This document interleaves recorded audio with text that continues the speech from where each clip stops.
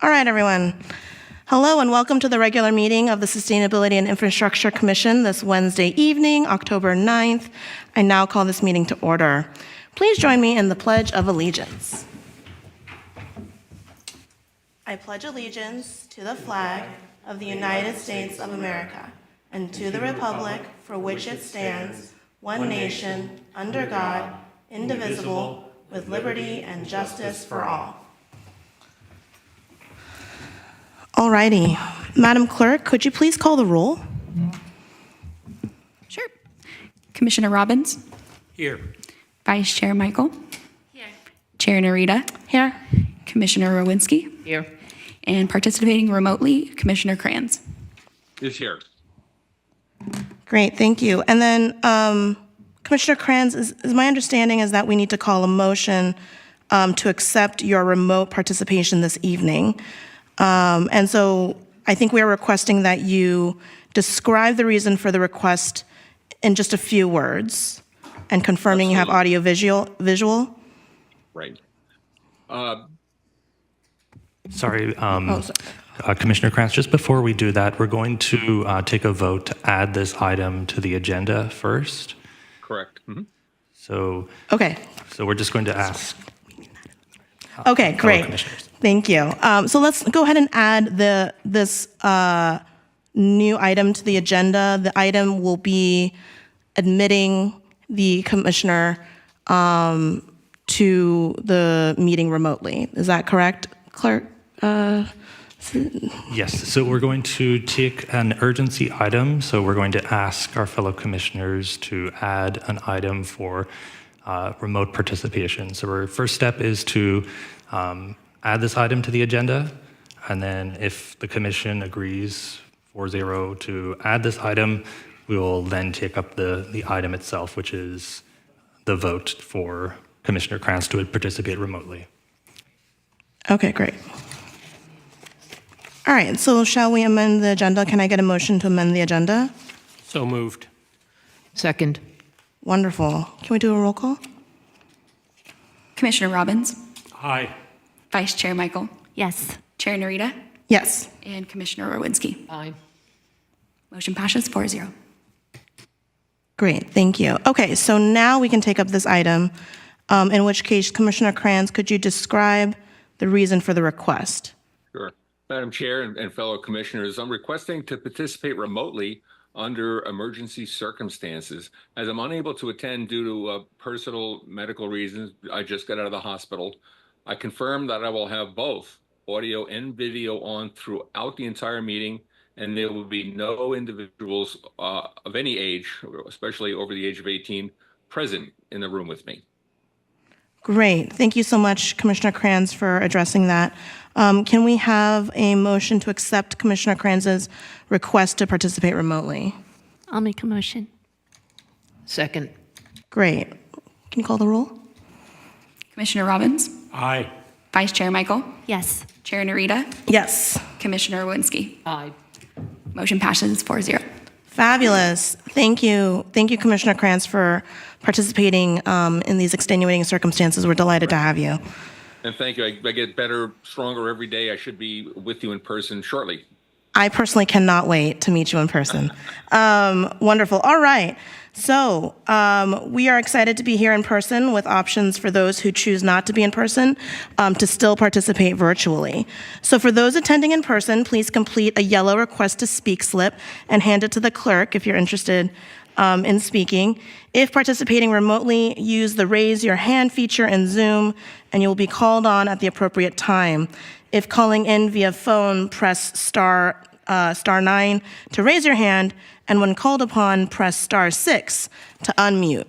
These options for public comment will remain available until I close the public comment period for that specific item.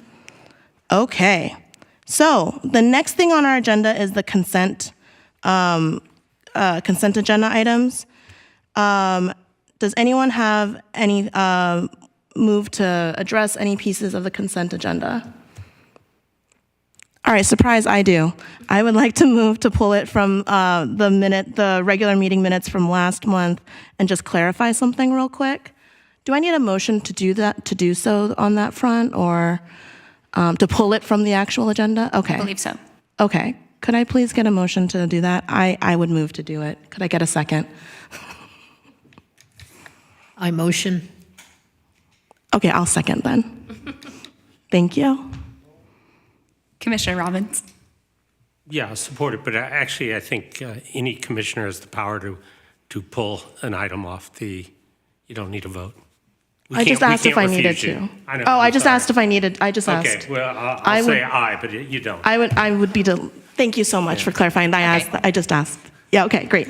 So, okay, just a quick point of clarification on that. In the part about the public comment, commissioner comments included, and there's a paragraph on commissioner comments, there's a sentence there that said, consider a process for special meetings with the commission to discuss project updates to receive feedback from the commission.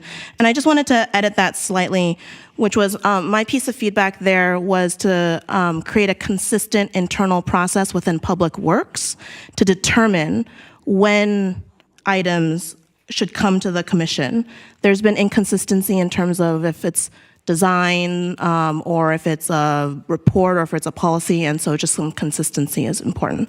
So my suggested edit would be consider an internal process to decide when items come to the commission to discuss, et cetera, et cetera, et cetera. Thank you, and I'm sorry for that small edit, but it does change the meaning. Okay, with that, anything else, any other? You do need a motion if you want to change the minutes. So you didn't need the motion to pull it, but you do need a motion if you want to modify the minutes. I was just about to do that, right? Is that, okay, great. So, may I please have a motion on editing, that slight edit to the minutes from last month? I would like to move to do that. Can I get a second? Second. Thank you. Commissioner Robbins. Aye. Vice Chair Michael. Yes. Chair Narita. Yes, please. Commissioner Rowinski. Aye. Commissioner Kranz. Yes. All right, motion passes 5-0. Thank you. Okay, and now we have to approve them, or is that the approval as well? Because we just moved to edit them. Do we also have to now move to approve them one more time? I don't believe so, because you pulled it. Okay, great. Thank you. Okay, now we'll move on to general public comment. Members of the public wishing to comment on any item not appearing on the agenda may address the commission at this time. State law prevents the commission from taking action on any matter not on the agenda. Your comments may be referred to staff for follow-up. This public comment section is generally limited to a total of 15 minutes. However, it is subject to commission's discretion and can be extended if commission wishes to do so. And one more note, we welcome speakers providing public comment, but please be advised this is a limited public forum. As such, speakers must stay on topic if speaking to a particular agenda item, and if speaking during general public comment, they must address matters within the subject matter jurisdiction of the city. If speakers fail to follow these rules, they will be warned, and if they continue to disregard our rules, their opportunity to speak will be ended by me. Okay, so at this point, I'd like to open public comment. Are there any folks who are interested in providing general public comment this evening? I don't have anyone. And no yellow slips. Okay, great. So with that, I'll close general public comment. And we are on to new business. I'm delighted that Andrea Chow, Sustainability Analyst, will be presenting a progress report on the implementation of the city's Climate Action Plan. Andrea, welcome. Lovely to see you as always. All right. Good evening, Chair Narita, commissioners, and members of the public. My name is Andrea Chow. I'm the Sustainability Analyst with the City of San Mateo. And tonight I'm here to provide a presentation on the progress of the implementation of the city's Climate Action Plan.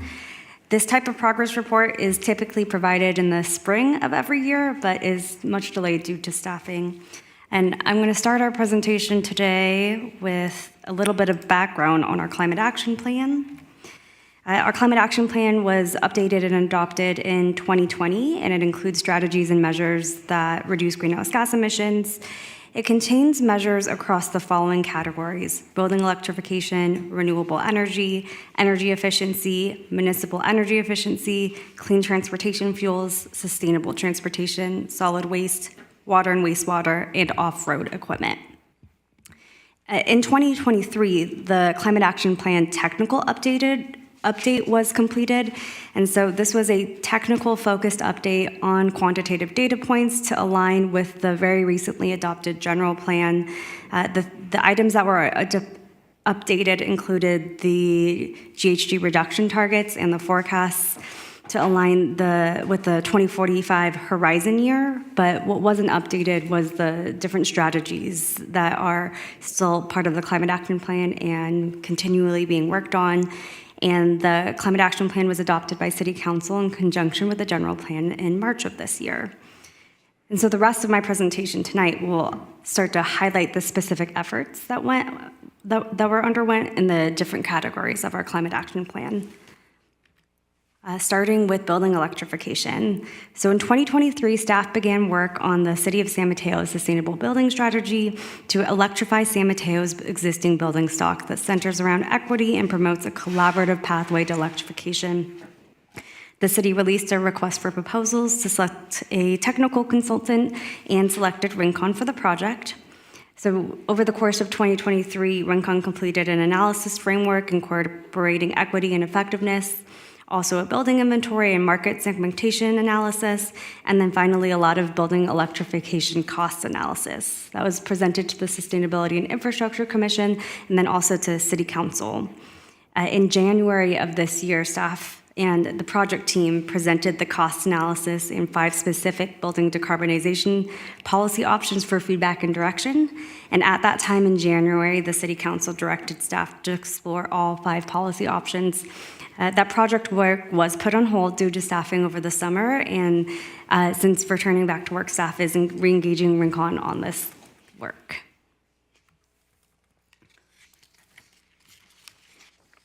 So in 2022, the city adopted REACH codes requiring all new construction to be all electric, beginning in January 1, 2023. The city had to suspend enforcement of the specific REACH code because there was a federal court decision that found that prohibiting the installation of new gas infrastructure was preempted by federal law.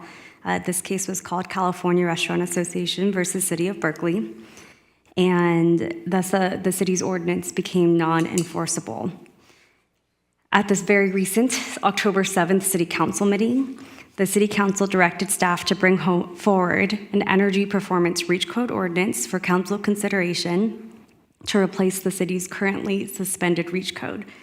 So very briefly, a little bit about this REACH code. Energy performance REACH code is an approach that's taken by a handful of Bay Area cities to replace their new construction all-electric requirement. It's REACH code that requires energy source and energy design rating metrics to have compliance margins that results in buildings with lower greenhouse gas emissions. Property owners are able to meet the compliance margins with both electric equipment as well as gas equipment. And this REACH code amends the energy code. If it were to be adopted, it would be implemented for the remaining 2022 code cycle, and the code cycle we're in expires at the end of next year. So staff look forward to coming to the Sustainability and Infrastructure Commission this year on this item to share more. The City Council also expressed support of evaluating adoption of future REACH codes for the 2025 code cycle. So the Sustainability and Infrastructure Commission will also be reviewing that next year. Wanted to highlight exciting electric equipment replacements at city facilities. The city participated in PG&E's government program, which is administered by Willdan Energy Solutions, and replaced gas water heaters with electric equipment. So staff and the Willdan team assessed 17 different city facilities and identified equipment and space to site new electric equipment at a subset of these at 7 facilities. And so in February of this year, the project team installed 13 electric heat pump water heaters. So some sites received multiple water heaters. And this included City Hall, the main library, Senior Center, Fire Station 21, Fire Station 23, Fire Station 26, and Fire Station 27. And the city was able to receive a total of incentive of over $200,000 for this project, and that offset 100% of the project costs. So the city was able to receive these heat pump water heaters for free.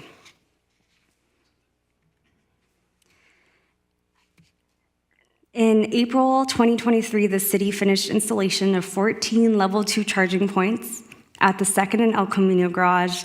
And then in spring of this year, the Kiku public parking garage opened with 27 level 2 charging ports. So this was a tremendous amount of new level 2 chargers at city-owned parking lots. And both projects were able to utilize funding from Peninsula Clean Energy to greatly reduce capital costs. So at city-owned facilities, there are now 2 DC fast charging ports and 68 level 2 charging ports. And then I shared this plug share map to show what is widely available across our community in terms of publicly available charging. There's 20 DC fast chargers, 104 level 2 charging ports, and 44 Tesla charging ports available. And then in terms of city fleet, the city purchased electric fleet units and has applied for grant funding for additional electric replacements. The city is also working with both Peninsula Clean Energy and PG&E to install charging infrastructure at municipal facilities, and specifically, we're making a lot of progress with with the design for EV charging at City Hall. The city completed construction of a bicycle boulevard on Sunnybreak Boulevard from Delaware Street to South Amplet Boulevard, and that was completed in the winter of 2023. The project also included traffic calming elements and pedestrian improvements, and the city completed construction of a Class 2 bike lane on 5th Avenue between South B Street and Railroad Avenue in November 2023. So for leaf blowers, state regulations require that model year 2024 equipment or later be electric. So Californians can continue to operate their current CARB-compliant gas-powered equipment since there's no ban against older models that are already being used. So statewide, we're in a bit of a transition period with old gas equipment in use, but newer equipment that is purchased will need to be electric. In terms of rebates, the city has seen an increase in electric leaf blower rebates, likely due to increased marketing of the program. There were 14 rebate applications in 2023, and then in 2024 to date, we've seen 28 rebate applications. There is now, for city operations, a transition plan to replace gas equipment with electric equipment. So we're working on the equipment replacement side, but also being thoughtful about the charging side. In 2023, an electrical upgrade was completed at the Park Yard for equipment charging. And then additionally, a multi-hog compact sweeper was purchased, which should reduce the need for blower cleanup at all along parking lots and pathways. And the city owns 26 gas-powered, more than that, but the Parks team has 26 gas-powered leaf blowers in operation, and there is now a plan for the phased replacement of these. There is existing electric equipment that Parks continues to use, and they've been utilized and very helpful on Spare the Air days and also at specific parks. And then community members can take advantage of all types of rebates to reduce water and energy consumption in their home. I've highlighted a few on the screen, but Peninsula Clean Energy and Bay Rhine provide rebates for heat pump water heaters, heat pump HVAC systems. The induction cooktop might be phasing out very soon, and then panel upgrades. And Cal Water is still running their program for turf replacement and also has rebates for water efficient equipment, and this is for both residents and businesses. And then the city of San Mateo continues to provide several rebate programs. This includes our rain barrel rebate program and electric leaf blower rebate. And through these programs, our community members are made part of our climate action and reducing their carbon footprint at home. And that concludes my presentation. Thank you. Great. Thank you so much, Andrea. So I just want to clarify something on the script. The script is directing me to do questions from the commission, then public comment, then closing public comment, and then doing discussion. But my understanding is that we've now flipped the order to open up just a public comment first. All right, so first we'll do public comment on this item. Are there any speakers? I don't have anyone. Okay, great. Then I'll go ahead and close public comment on this item, and I'll go to the commission for questions and comments. And I learned last month that we're going to do, starting now, we're doing questions and comments together, taking them as a tranche. So now with that said, is anyone ready to potentially provide their questions and comments together? All right, great. Thank you, Commissioner Robbins. I'll start with a comment, which is Andrea, we've been doing this a long time. I really love the focus on actual reduction measures. We do spend a lot of time on data and calculations and necessary, but this is really moving the ball forward. I think it's fantastic. A few questions. On city facilities, you talked about the heat pump water heaters, which is great. Have there been any plans in the works to consider the big ticket item, the space heaters, the HVAC heat pumps? That's a great question. The city is definitely prioritizing electrification of our facilities. I think the next step is to do more of an assessment of our existing gas furnaces and what's due for replacement. But yeah, we started with water heaters because that program presented itself to us and had funding attached to it. Oh, excellent. Do we actually, in our facilities, I should know this, but do we have air conditioners? Are they all we do have Yeah, some of our facilities have air conditioning. air conditioning as well. Okay. But obviously, and last week is a good example, as climate change is even more and more manifest, would be excellent to upgrade not only for the environmental impact and greenhouse gases, but just getting the heat pumps into those situations where you need cooling as well as heat. On the leaf blowers, which has always been sort of one of my favorite ones, is there any thought to further regulating leaf blower usage the way Burlingame does? Millbrae's looking into that. They're looking at Burlingame. Or is that not something we're spending any time on right now? So there continues to be a lot of community interest, I think, in local regulations that might prohibit the use of gas leaf blower use in our community. I don't think this has been identified yet by council to be taken on yet. So So nothing from council down, No. and The presumably focus- staff. You guys are somewhat thin. It's not something staff is looking into. Is that correct? So at a recent city council meeting, they did ask staff for an update on what's happening with leaf blowers.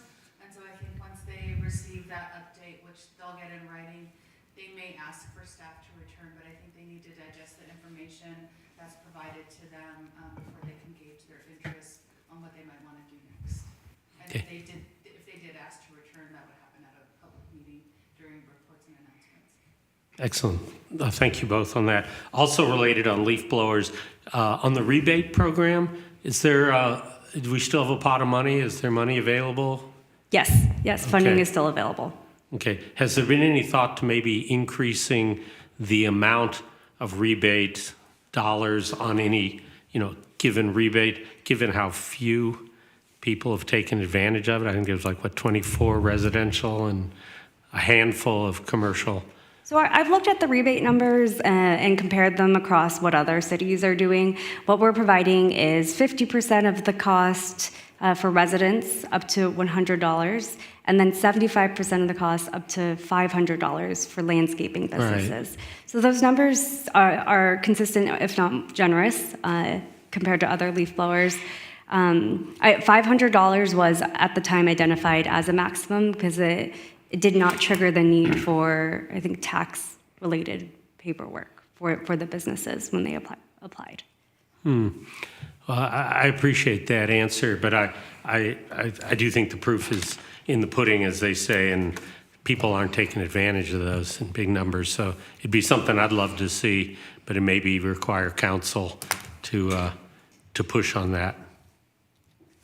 I would also add I'm sorry. I think you have to press a different button. The mic next to you is the one that's hot right now. Oh, yeah. But I can hear you. Just for anyone watching the recording later, we know folks do that. I think I was looking at the shade of the mic. Excuse me. So I think I would also add to that a few months ago, we started promoting the rebate program more actively, and we did see an uptick in the number of folks who were applying for the rebates. And so I think that has helped, and we're going to continue to do that. And so the total numbers that you see, I don't know if they reflect the fact that the number has increased over the past, I would say, maybe 4 to 5 months or so. And so we're pushing it out more actively. And so that might help in and of itself, since we do already have the pot of money. So I don't know that it's the pot of money that needs to increase so much as the number of people who are using the pot of money that needs to increase. Well, thank you. Yeah, that's a big help. I think, I still think that the dollar per rebate, the rebate size per individual or entity is what needs to increase, but certainly increased marketing, if it's proving successful, is a cost-effective way to expand the program, and it's very good to hear. Thank you. Solar carport at Beresford, is that actually in the planning stages? There was a reference to it in the materials.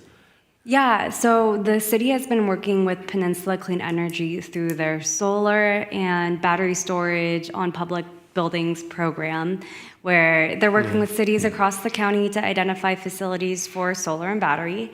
So we worked with them to look at a handful, well, we looked at a lot of sites, we narrowed it down, and then Beresford Park was identified, Beresford Recreation Center was identified as the best site. The roof of that rec center was actually not viable, so a carport system was recommended, and that's what the city is moving forward with. So yes, the power purchase agreement was approved at the September 16th City Council meeting, but it's actually going back October 21st for reapproval just because of an administrative error. But yeah, that project is moving along. That's fantastic. Have there any thought to other locations? The whole solar carport idea is fantastic. You get shade underneath and solar above. Yeah, there's definitely multiple benefits to the carports, and PCE will run another one of their programs. I don't know the exact timing of that, but we will be looking to that as an opportunity, because through the power purchase agreement, there's quite a few advantages. One of them is the city has no capital outlay to receive that solar. We don't own that solar because it's a power purchase agreement, but PCE then takes on all the operations and maintenance, which is a huge lift. Excellent. PCE is great.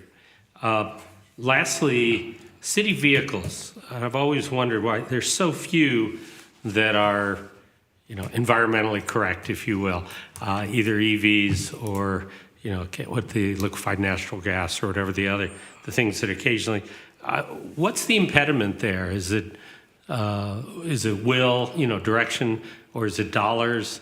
I know vehicles aren't cheap, but it would seem to be that would be a considerable capital outlay that would have great benefits, both economically, these things are easy to maintain, as well as obviously environmentally positive impacts.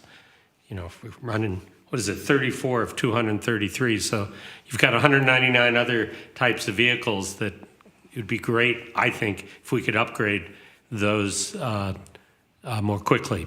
But there's got to be a reason we're not. Yeah, I think a helpful metric would be to understand what was replaced during that calendar year. That would be a helpful point of comparison because I'm realizing, that the progress does seem slow. It is incremental. Our fleet manager is well aware of our goal, and we're actively working on replacements that are electric. And I mentioned there's been a huge focus on building the infrastructure side of things so that there's charging available when those electric units are purchased. I think when I've talked to our fleet manager in the past, one of the main challenges is procurement of vehicles at all. So that has really been maybe the biggest impediment. But are we waiting, sort of typical government and good business practice too, years ago, would be to, wait till things are on the edge of being obsolete. Don't get rid of a 6-year-old vehicle if it's got a 10-year life and wait. But it might be nice, even though if it's a little costly, to do some changes faster. That's a great question. That's where I think I'd have to follow up with our fleet manager to understand the details of like what is being replaced and how we are doing in meeting the replacement goals.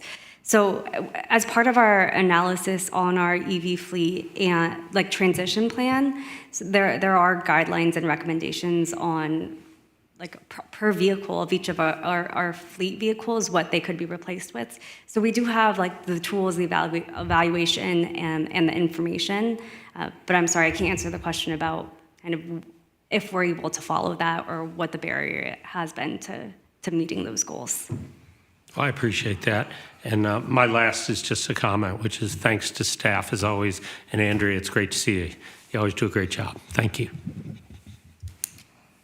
Great, thank you so much. And then we'll go to Commissioner Kranz. I see the hand up. Right. Yeah, just a couple of, first of all, thanks for the great report. That was informative. I think most everybody knows you can't purchase anything that's gas powered in California anymore, even from an online source such as Amazon, Tractor Supply. So generators, string trimmers, blowers, they can't be shipped or can't be bought inside California. So I think you're going to see a lot of attrition, both from homeowners and maybe lawn services that you'll see them converting over to electric because that's the only thing that's available. Just kind of curious with the rollout with the city fleet of electrics, probably in addition to blowers, it'll roll out into other things. Are you planning on equipping the vehicles with additional batteries and or in-vehicle charging? That would be a question. And the last thing is I'm gladdened to hear that we're going solar in so many city buildings, much like the San Francisco airport. The entire roof is made out of solar and it's producing quite a bit of electricity.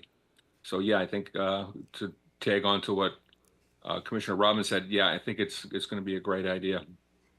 Great, I can address your question about, I think you were referring to the ability of charging landscaping equipment, right? Exactly. Mm-hmm. Yeah, so staff have identified park facilities throughout the community where we'd like to have improved electrical infrastructure to accommodate charging. So the charging, I think the goal is to have that availability at various park facilities throughout. Mm-hmm. Okay. Well, and a consideration could be they do make 12-volt in-vehicle charging. Like I use DeWalt tools, and yeah, they make one that just either connects to the battery or you can wire in. This way, staff would have a higher utilization rate and not have to wait around for batteries to be charged. They could be in the truck driving around with them. Great, thank you. Wonderful. Any other comments or questions, Commissioner Kranz? Oh, I'm done. Thank you very much. Okay, great. Thank you. All right. Any other? Great. Okay. Thank you, Commissioner Rutsky. So, Andrea, in the packet there, it talks a lot about the Ninth Circuit decision back in January 2024. So that's where my questions are going to be about, focusing on that.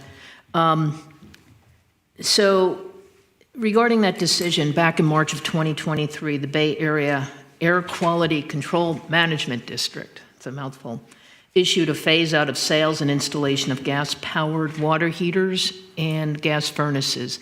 Does that decision impact that,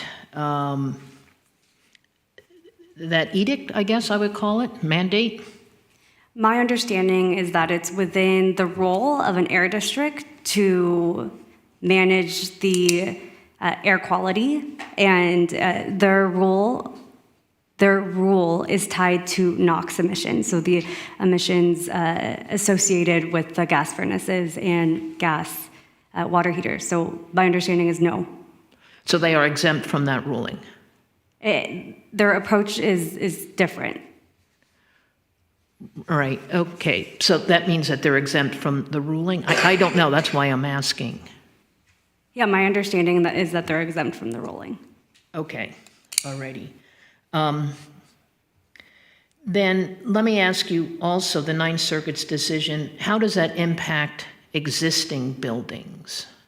So the federal court decision said that a local ordinance that prohibits the installation of gas infrastructure is preempted by federal law. And so the city or local regulations that prohibit the installation of gas infrastructure can thus not be enforced. So that impacted our new construction reach codes where gas was prohibited, and then our existing building reach codes that required electric equipment. So our air conditioning requirement, the requirement for heat pump water heater installation during major renovations, and the prohibition of the extension of gas infrastructure.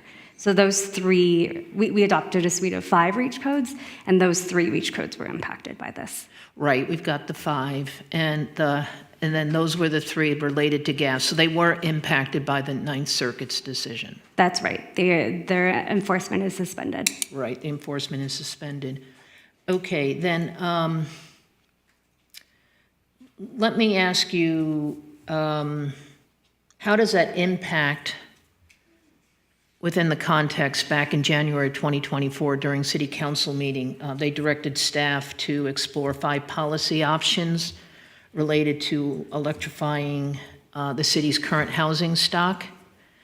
I guess my question is, obviously that's been on hold until you got back, and according to the packet, re-engagement with the consultant, Rincon, has started. So do you know when the one, is there any impact? I guess that decision was made, that is, council's direction was made after the Ninth Circuit's decision. It was made before, in terms of timing. Oh, it was before. Oh, got it. Okay. Then what, if any, impact on that direction does it have on staff's work? Yeah, that federal court decision has an impact on the city's ability to prohibit the installation of gas infrastructure. So the goal of the building decarbonization work was to review and evaluate policy options that go beyond REACH codes. REACH codes are a part of this work, so they are included in that policy list, but the other options included a building performance standard for commercial buildings and also an electric first policy for city facilities. So there are other opportunities that are unaffected by the federal court decision, but there are also impacts and consequences because of that decision. So just to help me, so what is so council gave direction, let me go back, for 5 policy explorations. And obviously that's changed, whatever those policies were, because of the subsequent decision from the Ninth Circuit. Maybe another way to ask this question is, when will that information be brought to the SIC?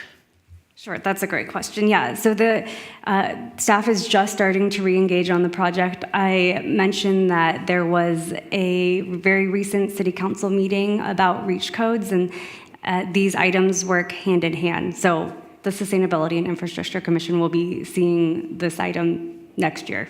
Okay, so that direction from January of 2024, we will see sometime next year before it goes to council. Yes. Okay, and this is for existing buildings within the context of the recent the Ninth Circuit's decision. Yeah, the scope of the effort is still decarbonizing existing buildings in the community. Right. Okay. I still have more questions here. Let me just put them in.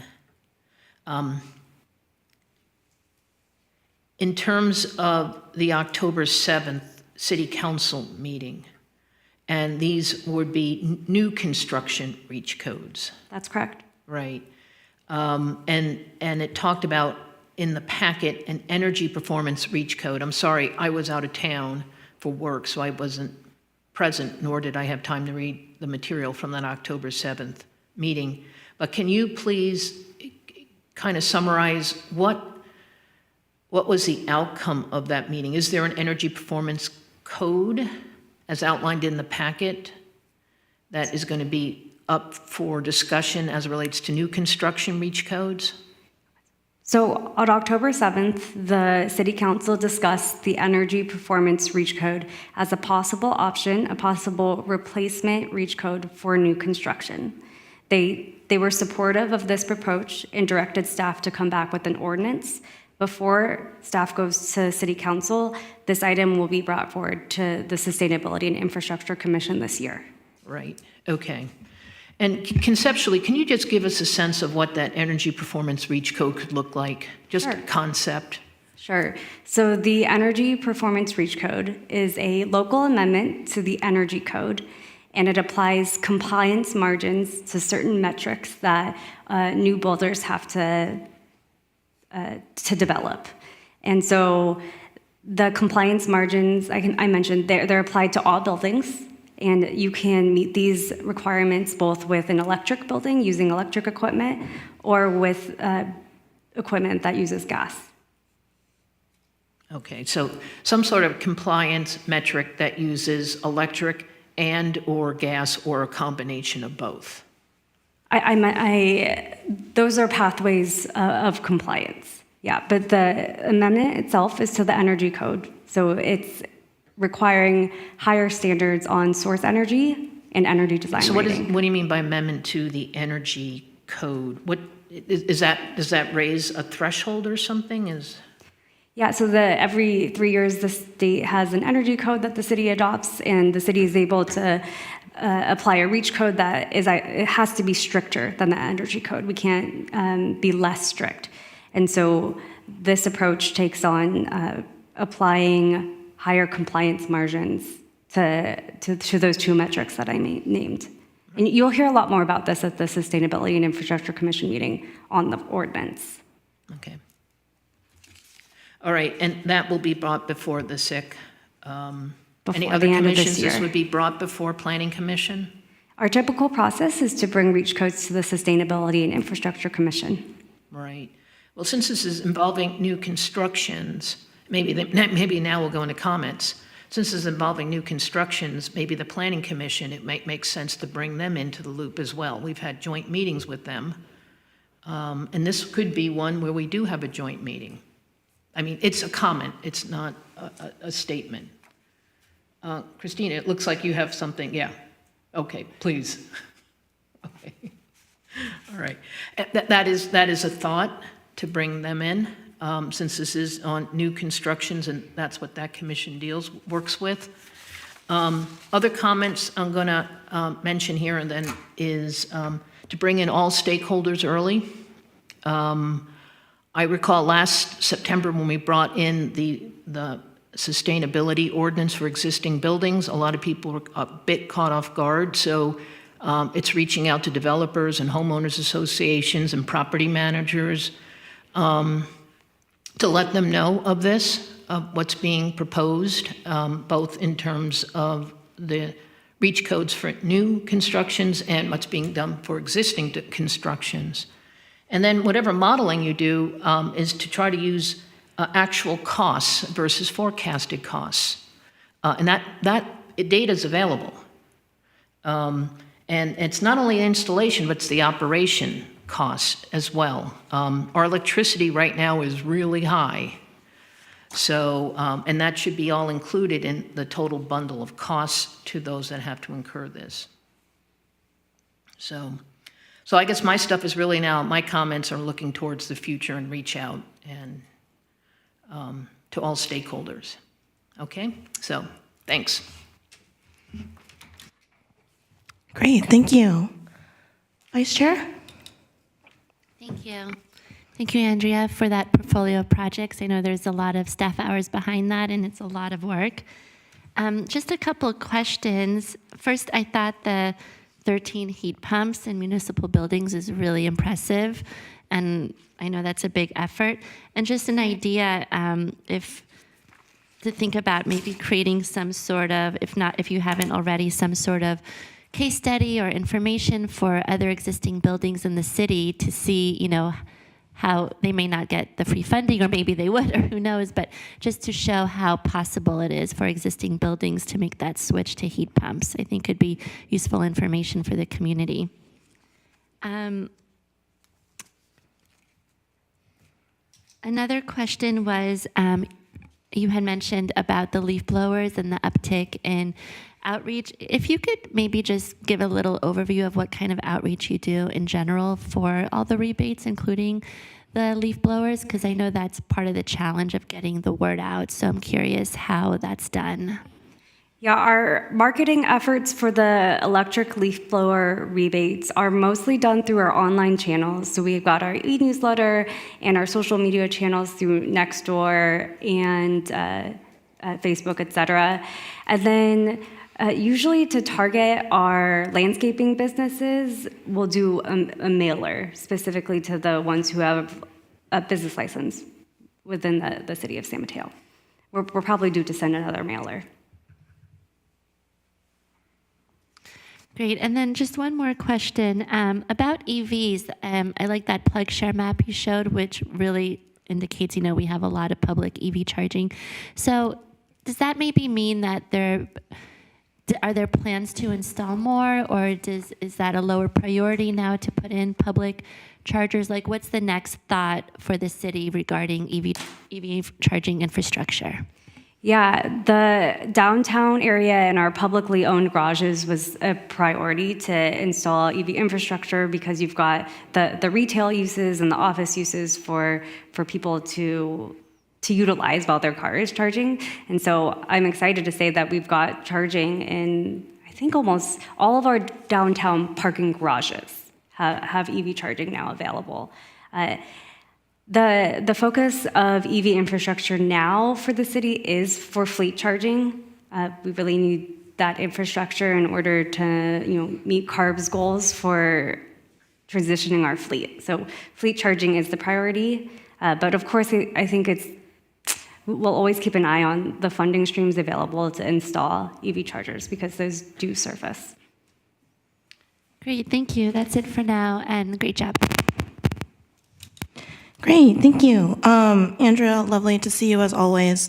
Really appreciate the presentation and all your insights. So I have several questions. Just one about greenhouse gases wise, how are we doing roughly? I understand that wasn't the focus of this report in progress, but could you give us broad strokes? Are we on track? Are we off track? Especially in light of CRA versus Berkeley, which impacts future building decarbonization ambition potentially. Where are you seeing us? Yeah, our greenhouse gas emissions inventories are always really nice data checks to help us measure our progress. And unfortunately, the most recent inventory we have is from 2019, and that showed that we were 22% below the 2005 baseline. And where we want to go is 49% below that 2005 baseline by 2030. So there's definitely a lot of work to do. It's really hard to guesstimate where we are in terms of our reduction in greenhouse gas emissions, but I think you are illuminating a major challenge because if you look at our climate action plan, we rely on a lot of our strategies in building electrification to meet our climate action plan goals. So I know it is definitely going to be a challenge. And has the council in that October meeting or in future meetings or in a blue sky meeting at any point, when do they set the next set of ambitious like vision on climate to help guide staff? Like, is there a timeline for that? I can only think of like more project-specific direction that council provides based on like REACH codes, for example, or other types of specific projects. But our climate action plan has really been the guiding strategy document that guides the city's goals for climate action, and it is typical that at least one or two of these goals make it onto the council priorities every fiscal year. So currently on the council priorities that overlap with our climate action plan is the decarbonization work and then also green fleet. So that those were outcomes of the Blue Sky meetings. That's super helpful. On the green fleet section, last year there was a note about how there were 9 police cars that were procured in 2022 that needed to be outfitted that were EVs.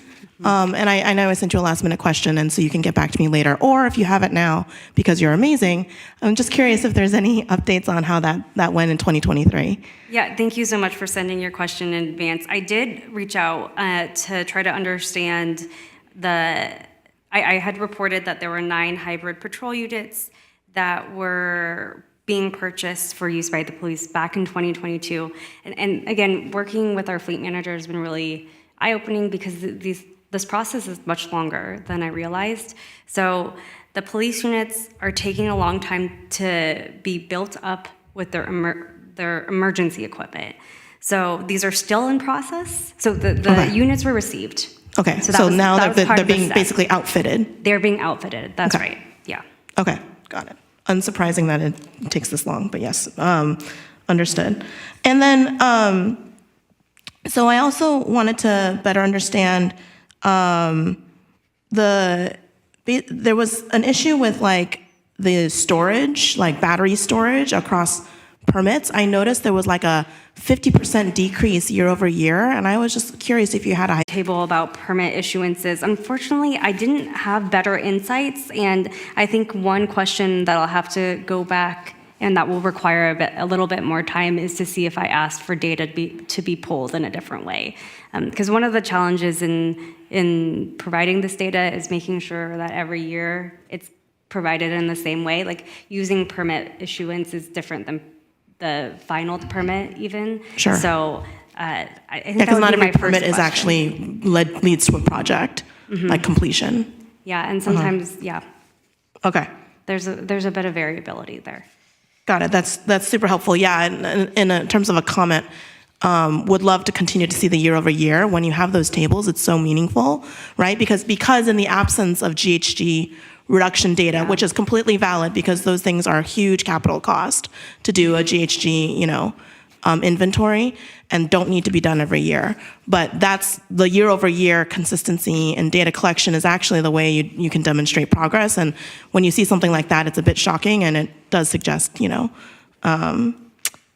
either inconsistency in data collection or something that we should think about in terms of maybe there's a rebate that we need to highlight for Peninsula Clean Energy more or something, some sort of action item to take from that kind of a drastic decline. Okay, the next thing, the next tranche of questions is about the building decarb stuff. So basically the current code had 2 readiness requirements, right? In the existing building. Yes. So those 2, are they still in effect then, or is Those the are still entire in thing? effect. Okay, those 2 are still in effect. Yes. The other 3 are not, but the city is enforcing those 2 readiness pieces. That's correct. Okay, fabulous. I was not as clear on that as you were on in the document.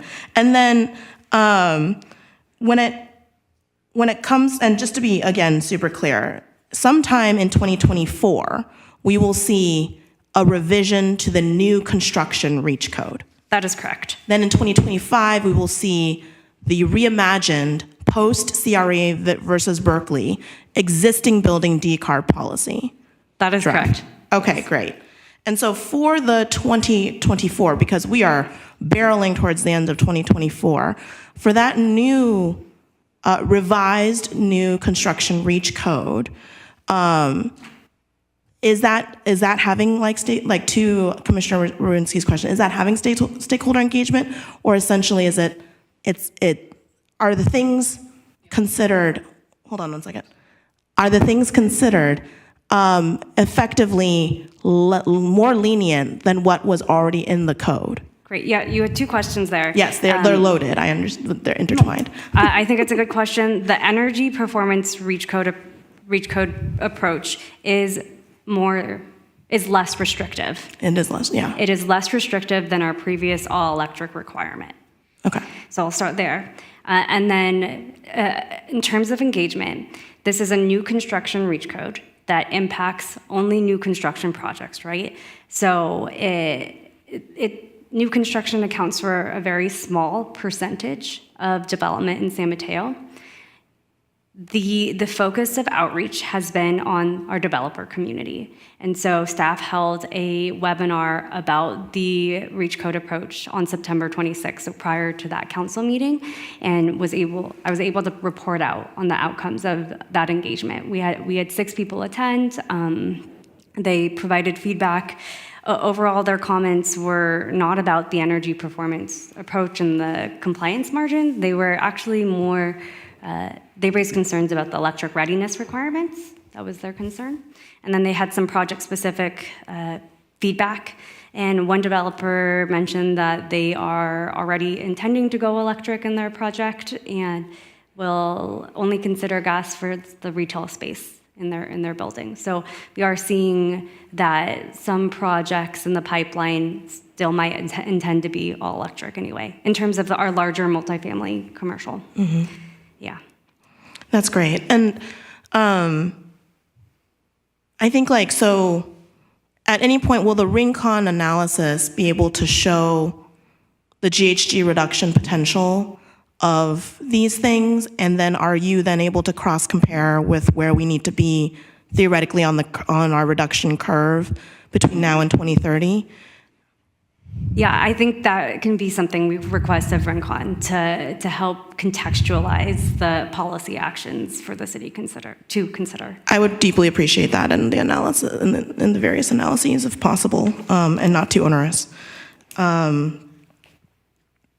Okay, and so lastly, Commissioner Robbins brought up the issue of extreme heat, essentially. And so I was curious, is the city developing a resilience plan, or is there one in existence insofar as addressing extreme heat and the flooding? You know, we've talked about this in the past, I believe, but I don't know where we've landed. Yeah, so the city actually received grant funding recently from Caltrans, but this is actually focused, so it's for an adaptation plan. But the focus is on sea level rise. It's only on sea level rise, though. It's not on extreme heat, right? Yeah. So we're excited about this project because it's we've got it funded and it'll be developed over the next 2 years, and it's been a high priority of the community. It was identified as the high priority of our general plan effort to develop this adaptation plan. But yes, it is not a complete analysis of all climate impacts, and so we do need further planning for things like high heat. Okay, great. And so for that base procedurally, does that need to become a priority that council, basically prioritizes in a blue sky meeting in order for staff to work on it? Is that something where staff could theoretically try to secure grant funding from the state or other resources for? How does that work? I mean, I think broadly, staff is always tracking grant opportunities that would be suitable to the city. It doesn't necessarily have to sit on a council priority. Okay, great.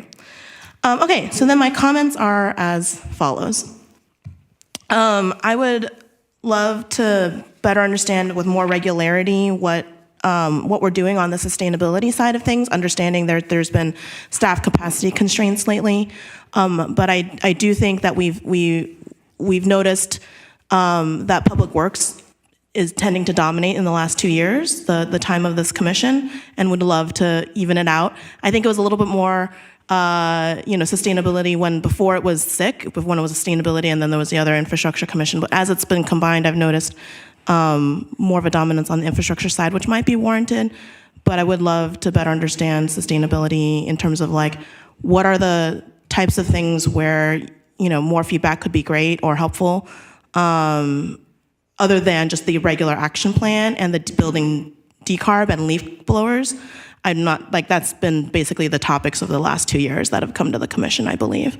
So I want to name that. And one thing that I noticed among the comments of the commissioners today is interest in the municipal operations and fleet issues. Now, these are municipal operations. The commission, I don't exactly understand the commission's relationship when it comes to municipal operations stuff versus stuff that, impacts a resident per se. But that, for instance, could be an interesting place to explore commission feedback and thoughts on. As you can see, we seem to be quite hungry for that. And I think the other thing I just am very anxious about is I think we need to be very strategic. The next 5 years, 2025 to 2030, are make or break years for climate overall. Like you hear all the talking points, right? Every 10th of a degree matters. Everything matters. The fact that we are on the front line as local government doing deep implementation work is truly meaningful, and this is where the change happens. And if we're going to be constrained by Ninth Circuit rulings of questionable, analysis, we need to deal with that, and we need to then figure out, okay, how do we actually get to the 49% that has been articulated, and are we even close? So does that mean we need to do more thorough analysis on the transportation side of our GHGs? Does that mean we need to think more creatively about other sectors of where our GHGs are coming from? These are the types of strategic questions that I would urge the council to really think about and discuss at their next, blue sky or whatever meeting that they can, because I think they need to provide that direction to staff and to this commission in terms of where the focus needs to be going forward in light of this pretty severe hindrance, to be honest, of the CRA versus Berkeley ruling. And it does impact us and cities disproportionately, given that most of a significant portion, is it most or almost most of our GHG comes from buildings? Transportation is most. Okay, great. In a lot of other cities, it's actually buildings. But anyway, and here it's transportation. So maybe we need to do even more concertedly thinking about transportation policy or whatever else we need to think about. So I'd love us to get creative and have that direction from council or the initiative from staff. And to that end, I continue every single year to emphasize that I think you need to be cloned and that we need more people working on sustainability within the city of San Mateo, and that the council needs to continue to emphasize this in their budgets. And so I will reinstate that once again this year, that I hope that we continue to make this a priority with robust budgets, with more staff to do more great things, because the next 5 years truly matter. Thanks. Anyone else have any final comments or questions? Yeah, go ahead. Andrea, I just want to go back to that September. I wish you would have mentioned when I had my questions. You had an outreach with the developers on September, you mentioned September 26th? Yes. Yeah. So what was discussed there? And I just want to understand a little bit more about the feedback. Yeah, so I reported briefly the update, but I do intend to do a full presentation of the ordinance and the feedback that was received in council's update. I think the timing of this meeting is a bit interesting because I'm 2 days after the council meeting, so this item will be in front of you for review this year. Okay. Who was Bohannon? Can I ask? Why don't I'll go offline. I just have a couple of questions. Maybe that might be a little bit easier. I think that would be appropriate. Okay, super. Thank you. Great. Okay. So with that, I'll go ahead and close this item, and then we'll go ahead and go to reports and announcements. Does anyone have any reports and announcements to share? Okay, great. Well, with that, thank you so much for this wonderful meeting, and I will close the meeting now.